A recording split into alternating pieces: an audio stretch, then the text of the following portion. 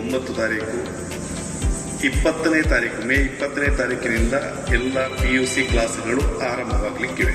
ಹಾಗಾಗಿ PUC ಕ್ಲಾಸ್ಗಳು start ಆಗೋದಕ್ಕಿಂತ ಮೊದಲು 10 ದಿವಸ ಮೊದಲು ಸ್ಟಾರ್ಟ್ ಮಾಡಿದ್ದಾರೆ. ಮತ್ತೆ PUC ಕ್ಲಾಸ್ ಸ್ಟಾರ್ಟ್ ಆದಾಗ ಅದೇ ರೀತಿ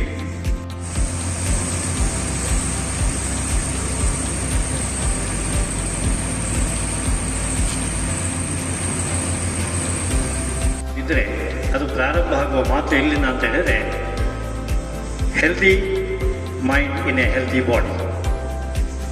ಎಲ್ಲ ಶಿಬಿರಗಳಲ್ಲಿ ನೀವು ಈ ಮಾತನ್ನು ಕೇಳ್ತೀರಿ. ಒಂದು ಸ್ವಸ್ಥ ಮನಸ್ಸು ನಮ್ಮಲ್ಲಿ ಇರಬೇಕಾದರೆ, ಯಾಕೆಂದರೆ ಎಲ್ಲ ನಮ್ಮ ಚಟುವಟಿಕೆಗಳಿಗೆ ಮೂಲ ಕಾರಣ ನಮ್ಮ ಮನಸ್ಸು. ನಮ್ಮ ಮನಸ್ಸು ಸರಿಯಾಗಿದ್ದರೆ ಎಲ್ಲ ಚಟುವಟಿಕೆಗಳು, ಶೈಕ್ಷಣಿಕ, ಸಾಮಾಜಿಕ, ಆರ್ಥಿಕ, ಪ್ರತಿಯೊಂದು ಚಟುವಟಿಕೆಯೂ ಸಹ ಸುಸೂತ್ರವಾಗಿ ನಡೀತದೆ. ಈ ಮನಸ್ಸು ಸರಿಯಾಗಿರಬೇಕಾದರೆ ನಮ್ಮ ದೇಹ ಸುಸ್ಥಿತಿಯಲ್ಲಿರಬೇಕು. ದೇಹ ಸುಸ್ಥಿತಿಯಲ್ಲಿರುವುದು ಅಂತ ಹೇಳಿದರೆ ದೈಹಿಕ ಆರೋಗ್ಯ. ದೈಹಿಕ ಆರೋಗ್ಯಕ್ಕೆ ನಮಗೆ ಬೇಕಾಗುವಂಥದ್ದು ದೈಹಿಕ ಚಟುವಟಿಕೆಗಳು, ದೈಹಿಕವಾದಂತಹ ಅಭ್ಯಾಸ, ಶ್ರಮ. ನೀವೆಲ್ಲ ವಿದ್ಯಾರ್ಥಿಗಳಿಗೆ ನಿಮ್ಮ ಮನೆಯಲ್ಲಿ ಏನಾದರೂ ಕೆಲಸ ಹೇಳಿದರೆ ನೀವು ಫಸ್ಟ್ ಹೇಳೋದು, ನನಗೆ ಓದಲಿಕ್ಕೆ ಉಂಟು, ಪರೀಕ್ಷೆ ಎಷ್ಟು ದಿವಸ ಮುಂದೆ ಇಲ್ಲಿದ್ದರೂ ಸಹ ಹೇಳೋದು ನಾಳೆ ಪರೀಕ್ಷೆ ಉಂಟು ಅಂತ. ಮತ್ತು ಪರೀಕ್ಷೆ ಬರಲಿಕ್ಕಾಗುವ ಪರೀಕ್ಷೆ ಉಂಟು ಅಂತ ಹೇಳೋದಿಲ್ಲ ನೀವು, ಯಾಕೆಂದರೆ ಓದಲಿಕ್ಕೆ ಹೇಳ್ತಾರಲ್ಲ. ಅದಕ್ಕೆ ಇದೆಲ್ಲ ವಿದ್ಯಾರ್ಥಿಗಳಾಗಿದ್ದವರು ಸಹಜವಾಗಿ ಮಾಡೋದು. ನೀವಲ್ಲ, ನಮ್ಮ ರಾಮಮಂದಿರದ ವಿದ್ಯಾರ್ಥಿಗಳು ಹಾಗೆಲ್ಲ ಮಾಡೋದಿಲ್ಲ. ನನಗೆ ಗೊತ್ತಿದೆ, ನಾನು ಒಂದು 20 ವರ್ಷ ಇಲ್ಲಿ ಪ್ರಾಂಶುಪಾಲರಾಗಿ ಸೇವೆ ಸಲ್ಲಿಸಿದೆ. ನನಗೆ ಅನುಭವ ಇದೆ. ನಮ್ಮ ಕಾಲೇಜಿನ ಮಕ್ಕಳು ಬಹಳಷ್ಟು ಉತ್ತಮ ರೀತಿಯಲ್ಲಿ ಉತ್ತಮವಾದಂತಹ ಒಂದು ಮನೋಭಾವನೆಯನ್ನು ಹೊಂದಿರತಕ್ಕಂಥವ್ರು. ಹಾಗಾಗಿ ನಮ್ಮ ಮನಸ್ಸು ಸರಿಯಾಗಿರಬೇಕಾದ್ರೆ ನಮ್ಮ ದೇಹ ಸರಿಯಾಗಿರಬೇಕು, ದೇಹದ ಆರೋಗ್ಯ ಸರಿಯಾಗಿರಬೇಕು. ದೇಹದ ಆರೋಗ್ಯ ಸರಿಯಾಗಿರಬೇಕಾದ್ರೆ ನಾವು ದೈಹಿಕ ಶ್ರಮ ಕೊಡ್ತಕ್ಕಂತಹ ಕ್ರೀಡಾ ಚಟುವಟಿಕೆಗಳಲ್ಲಿ ನಮ್ಮನ್ನು ತೊಡಗಿಸಿಕೊಳ್ಬೇಕು. ಯಾಕೆಂದರೆ ನಮಗೆ ದೈಹಿಕವಾಗಿ ಹೆಚ್ಚು ಬೇರೆ ಅವಕಾಶಗಳಿರುವುದಿಲ್ಲ. ಮನೆಯಲ್ಲಿ ಕೆಲಸ ಹೇಳುವುದಿಲ್ಲ ನಮ್ಮಲ್ಲಿ. ಯಾಕೆಂದರೆ ನಾವು ಅಭ್ಯಾಸ ನಿರತರಾಗಿರಬೇಕು ಅನ್ನೋ ದೃಷ್ಟಿಯಿಂದ ಬಹಳ ಕಷ್ಟಪಟ್ಟು ಬಹಳ ಖರ್ಚೆಲ್ಲ ಮಾಡಿ ಮಕ್ಕಳನ್ನು ವಿದ್ಯಾಭ್ಯಾಸಕ್ಕಾಗಿ ಶೈಕ್ಷಣಿಕ ಸಂಸ್ಥೆಗಳಿಗೆ ಕಳಿಸ್ತಾರೆ. ಅಂತಹ ಪೇರೆಂಟ್ಸ್ ಅವರು ತುಂಬ ನಿಮಗೆ ಶ್ರಮ ಆಗುವ ರೀತಿಯ ಕೆಲಸಗಳನ್ನು ಮನೆಯಲ್ಲಿ ಹೇಳುವುದಿಲ್ಲ. ಹಾಗಾದರೆ ದೇಹಕ್ಕೆ ಎಲ್ಲಿ ಎಕ್ಸಸೈಸ್ ಸಿಗ್ತದೆ ಅಂತ ಹೇಳಿದರೆ ಅದು ಕ್ರೀಡೆಗಳಲ್ಲಿ. ಆದ ಕಾರಣ ಕ್ರೀಡೆಗಳಲ್ಲಿ ಯಾರು ಹೆಚ್ಚು ತಮ್ಮನ್ನು ತೊಡಗಿಸಿಕೊಳ್ತಾರೆ ಕಾಲೇಜು ದಿನಗಳಲ್ಲಿ, ಶಾಲಾ ದಿನಗಳಲ್ಲಿ, ಅವರ ದೈಹಿಕ ಆರೋಗ್ಯ ಮುಂದಿನ ಜೀವನದಲ್ಲಿ ಬಹಳ ಉತ್ತಮವಾಗಿರ್ತದೆ. ಅದಕ್ಕಾಗಿ ಕ್ರೀಡಾ ಚಟುವಟಿಕೆಗಳಲ್ಲಿ ನಾವು ನಿರಂತರವಾಗಿ ಅಭ್ಯಾಸ ಮಾಡ್ತಾ ಇರಬೇಕು. ಈ ಕ್ರೀಡಾ ಚಟುವಟಿಕೆ ಅಥವಾ ಕ್ರೀಡಾ ತರಬೇತಿಯಲ್ಲಿ ಭಾಗವಹಿಸುವುದರ ಪ್ರಯೋಜನ ಏನು? ನಾನು ಸಂಕ್ಷಿಪ್ತವಾಗಿ ಹೆಚ್ಚು ಮಾತನಾಡಲಿಕ್ಕೆ ಹೋಗುವುದಿಲ್ಲ. ನಿಮಗೆಲ್ಲ ತಿಳಿದಂತೆ ಕ್ರೀಡಾ ಚಟುವಟಿಕೆಗಳಲ್ಲಿ ನಾವು ಭಾಗವಹಿಸುವುದರಿಂದ ನಮಗೇನು ಲಾಭ ಅಂತ ಕೇಳಿದರೆ, ಒಂದು, ಕ್ರೀಡೆಯಲ್ಲಿ ನಾವು ಭಾಗವಹಿಸುವುದರಿಂದ ನಮ್ಮಲ್ಲಿ ಕ್ರೀಡಾ ಮನೋಭಾವನೆ, ನಾವು ಸ್ಪೋರ್ಟ್ಸ್ ಮ್ಯಾನ್ ಸ್ಪಿರಿಟ್ ಅಂತ ಹೇಳ್ತೇವೆ. ಕ್ರೀಡಾ ಮನೋಭಾವನೆ ಅಂದರೆ ಏನು? ಕ್ರೀಡೆಯಲ್ಲಿ ಸೋಲು ಗೆಲುವು ಇರುವಂಥದ್ದೇ. 100 ಮೀಟರ್ ರೇಸ್ ಮಾಡಿದರೆ ಎಲ್ಲರೂ ಸಹ ಫಸ್ಟ್ ಪ್ಲೇಸ್ ಪಡೀಲಿಕ್ಕೆ ಆಗೋದಿಲ್ಲ. ಸೆಕೆಂಡ್ ಪ್ಲೇಸ್ ಬಂದವನು, ಥರ್ಡ್ ಪ್ಲೇಸ್ ಬಂದವನು ಇರ್ತಾನೆ. ಆಗ ನಮಗೆ ಜೀವನದಲ್ಲಿ ಸೋಲನ್ನು ಎದುರಿಸುವುದು ಹೇಗೆ ಮತ್ತು ಆ ಸೋಲನ್ನು ಮೀರಿ ಗೆಲುವನ್ನು ಪಡೆಯುವುದು ಹೇಗೆ ಅನ್ನೋದಕ್ಕೆ ತರಬೇತಿ ಸಿಗುವುದು ನಮ್ಮ ಕ್ರೀಡಾ ಕ್ಷೇತ್ರದಲ್ಲಿ. ಹಾಗಾಗಿ ಇದು ಸೋಲು ಗೆಲುವನ್ನು ಸಮಸ್ಥಿತಿಯಲ್ಲಿ ನೋಡುವಂತಹ ಒಂದು ಮನೋಭಾವನೆಯನ್ನು ಬೆಳೆಸುವಂತಹ ಒಂದು ಫೀಲ್ಡ್ ಇದ್ದರೆ ಅದು ಕ್ರೀಡಾ ಕ್ಷೇತ್ರ. ಅದಕ್ಕೆ ನಾವು ಸ್ಪೋರ್ಟ್ಸ್ ಮ್ಯಾನ್ ಸ್ಪಿರಿಟ್ ಅಂತ ಹೇಳೋದು. ಸೋಲು ಗೆಲುವನ್ನು ಸಮಸ್ಥಿತಿಯಲ್ಲಿ ನಾವು ನೋಡಬೇಕು, ಸ್ಥಿತಪ್ರಜ್ಞರಾಗಿರಬೇಕು. ಇದು ಒಂದು. ಎರಡನೆಯದು, ನಿಮಗೆ ಗೊತ್ತಿದ್ದೇನೆ, ಈ ಕ್ರೀಡಾ ತರಬೇತಿ ಶಿಬಿರದಲ್ಲಿ ಎಲ್ಲ ಧರ್ಮ, ಮತ, ಪಂಥ, ಜಾತಿ ಅದನ್ನೆಲ್ಲ ಭೇದಭಾವ ಮರೆತು ನಾವು ಕಾರ್ಯನಿರ್ವಹಿಸ್ತೇವೆ. ಒಗ್ಗಟ್ಟಿನಲ್ಲಿ ನಾವಿರ್ತೇವೆ. ಈ ಒಗ್ಗಟ್ಟನ್ನು, ಟೀಮ್ ಸ್ಪಿರಿಟನ್ನು ಕಲಿಸುವಂಥದ್ದು ಕ್ರೀಡೆ. ನೀವೊಂದು ವಾಲಿಬಾಲ್ ಟೀಮ್ ಇರ್ಬೋದು, ಕ್ರಿಕೆಟ್ ಟೀಮ್ ಇರ್ಬೋದು, ಅಲ್ಲಿ ನೀವು ಪ್ರತಿಯೊಬ್ಬರೂ ಸಹ ಟೀಮಿಗಾಗಿ IPL ಮ್ಯಾಚಲ್ಲಿ ನೋಡ್ತಾ ಇರ್ತೀವಿ. ನೀವು ಅಂತಹ ತಂಡಕ್ಕಾಗಿ ನಾವು ನಮ್ಮ ಸೇವೆಯನ್ನು ಅಥವಾ ನಮ್ಮ ಕ್ರೀಡಾ ಮನೋಭಾವನೆಯನ್ನು ಬೆಳೆಸಿಕೊಂಡ್ರೆ ಆವಾಗ ಮಾತ್ರ ಆ ಟೀಮು ಗೆಲುವನ್ನು ಸಾಧಿಸಲಿಕ್ಕೆ ಗೆಲುವನ್ನು ಪಡೀತದೆ.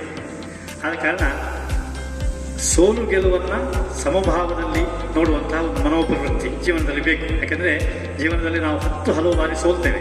ಸೋತ ತಕ್ಷಣ ನಾವೆಲ್ಲ ಕೈ ಚೆಲ್ಲಿ ಕೂತ್ಕೊಳ್ತೇವೆ. ಹಾಗಾಗಬಾರ್ದು, ನಿರಾಶರಾಗಬಾರ್ದು, ಮತ್ತೊಮ್ಮೆ ಪ್ರಯತ್ನಿಸಬೇಕು. ಅದನ್ನು ನಮಗೆ ಕ್ರೀಡೆ ಕಲಿಸಿಕೊಡ್ತದೆ. ಅದೇ ರೀತಿಯಲ್ಲಿ ಒಗ್ಗಟ್ಟು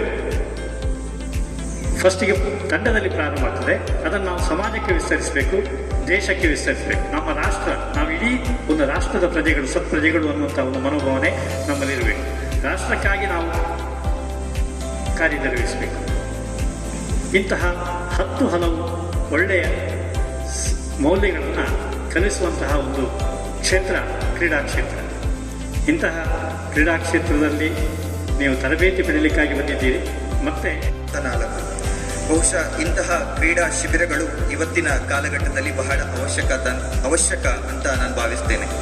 ಯಾಕಂತಂದರೆ ಬಹಳ ಬೇಸರದ ಸಂಗತಿ, ಇವತ್ತಿನ ದಿನಗಳಲ್ಲಿ ನಾನು ಗಮನಿಸಿರುವ ಹಾಗೆ ಶಾಲಾ ಮೈದಾನಗಳು ಹೆಚ್ಚಿನ ಸಮಯದಲ್ಲಿ ಖಾಲಿ ಉಳಿತಾ ಇರ್ತದೆ.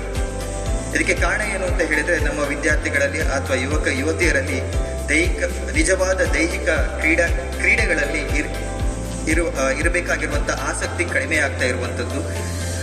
ವಿದ್ಯಾರ್ಥಿಗಳು ಮೈದಾನಗಳಿಗೆ ತೆರಳಿ ಅಲ್ಲಿ ತಮ್ಮನ್ನು ತಾವು ಯಾವುದಾದ್ರೂ ಒಂದು ಕ್ರೀಡೆಯಲ್ಲಿ ತೊಡಗಿಸಿಕೊಳ್ಳುವಂಥದ್ದು ಬಹಳ ಕಡಿಮೆ ಆಗ್ತಾ ಇರುವಂಥದ್ದು. ಆದರೆ ಇವತ್ತು ಆಟಗಳು ಅಂದಾಕ್ಷಣ ಮೊದಲಿಗೆ ನಮಗೆ ನೆನಪಾಗೋದು ಯಾವುದು ಅಂತ ಹೇಳಿದರೆ ಆನ್ಲೈನ್ ಗೇಮ್ಸ್ಗಳು ಅಲ್ವಾ. ಸೊ ನಿಜವಾದ ದೈಹಿಕ ಕ್ರೀಡೆಗಳನ್ನು ಹೊರತುಪಡಿಸಿ ನಾವಿವತ್ತು ಹೆಚ್ಚಾಗಿ ಆನ್ಲೈನ್ ಗೇಮ್ಸ್ಗಳತ್ತ ನಾವು ಆಕರ್ಷಿತರಾಗ್ತಾ ಇದ್ದೇವೆ, ಹೌದಾ ಅಲ್ವಾ.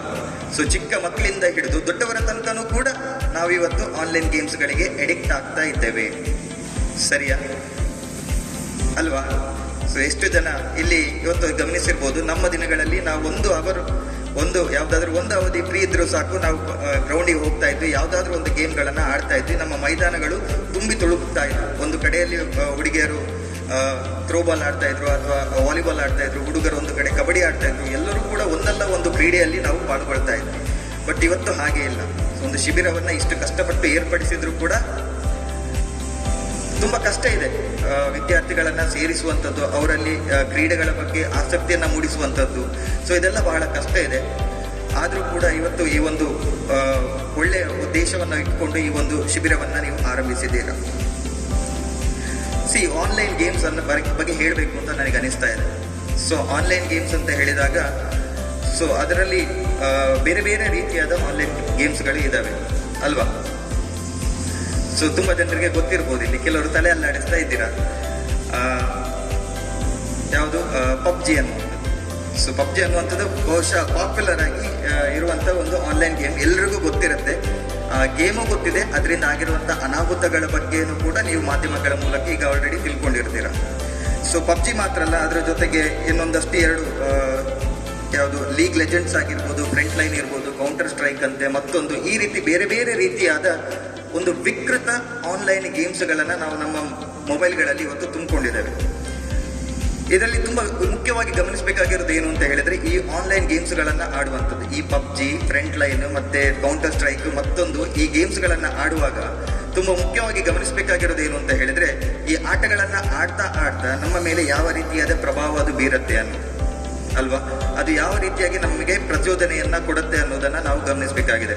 ಆನ್ಲೈನ್ ಗೇಮ್ಸ್, ಈ ಪಬ್ಜಿ ಇಂಥ ಕೊಡ್ತೇವೆ. ತಾವು ಈ ಶಿಬಿರವನ್ನು ಯಶಸ್ವಿಯಾಗಿಗೊಳಿಸಬೇಕು.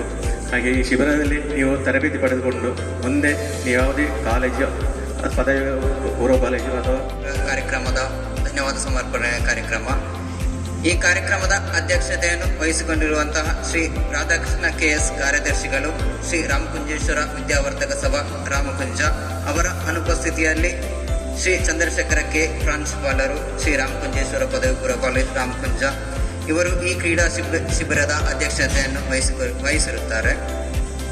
ಈ ಕ್ರೀಡಾ ಶಿಬಿರದ ಪರವಾಗಿ ಎಲ್ಲ ರೀತಿಯ ಮಾಹಿತಿ, ಅಂದರೆ ಕ್ರೀಡಾ ಚಟುವಟಿಕೆ ಯಾವ ರೀತಿ ಮಾಡಬೇಕು, ಅದಕ್ಕೆ ಎಲ್ಲ ರೀತಿಯಾದಂತಹ ಸಹಾಯವನ್ನು ನೀಡುತ್ತಾ ಮತ್ತು ಸಹಕಾರವನ್ನು ನೀಡುತ್ತಾ ಬಂದಿದ್ದಾರೆ. ಸರ್, ತಮಗೆ ಈ ಕಾರ್ಯಕ್ರಮದ ಪರವಾಗಿ ಹೃತ್ಪೂರ್ವಕ ಧನ್ಯವಾದಗಳು. ಅದೇ ರೀತಿ ಈ ಕಾರ್ಯಕ್ರಮದ ಉದ್ಘಾಟನೆಯನ್ನು ನೆರವೇರಿಸಿಕೊಟ್ಟಿರುವಂತಹ ಹಾಗೂ ಕ್ರೀಡೆಯ ಬಗೆಗೆ 2 ಹಿತನುಡಿಗಳನ್ನು ನೀಡಿರುವಂತಹ ಶ್ರೀ ಸತೀಶ್ ಭಟ್ ಎಂ, ನಿವೃತ್ತ ಪ್ರಾಂಶುಪಾಲರು, ಶ್ರೀ ರಾಮಕುಂಜೇಶ್ವರ ಪದವಿ ಪೂರ್ವ ಕಾಲೇಜು ರಾಮಕುಂಜ ಸರ್, ತಮಗೆ ಸಂಸ್ಥೆಯ ಪರವಾಗಿ ಈ ಕಾರ್ಯಕ್ರಮಕ್ಕೆ ಆಗಮಿಸಿರುವುದಕ್ಕೆ ಹೃತ್ಪೂರ್ವಕ ಧನ್ಯವಾದಗಳು.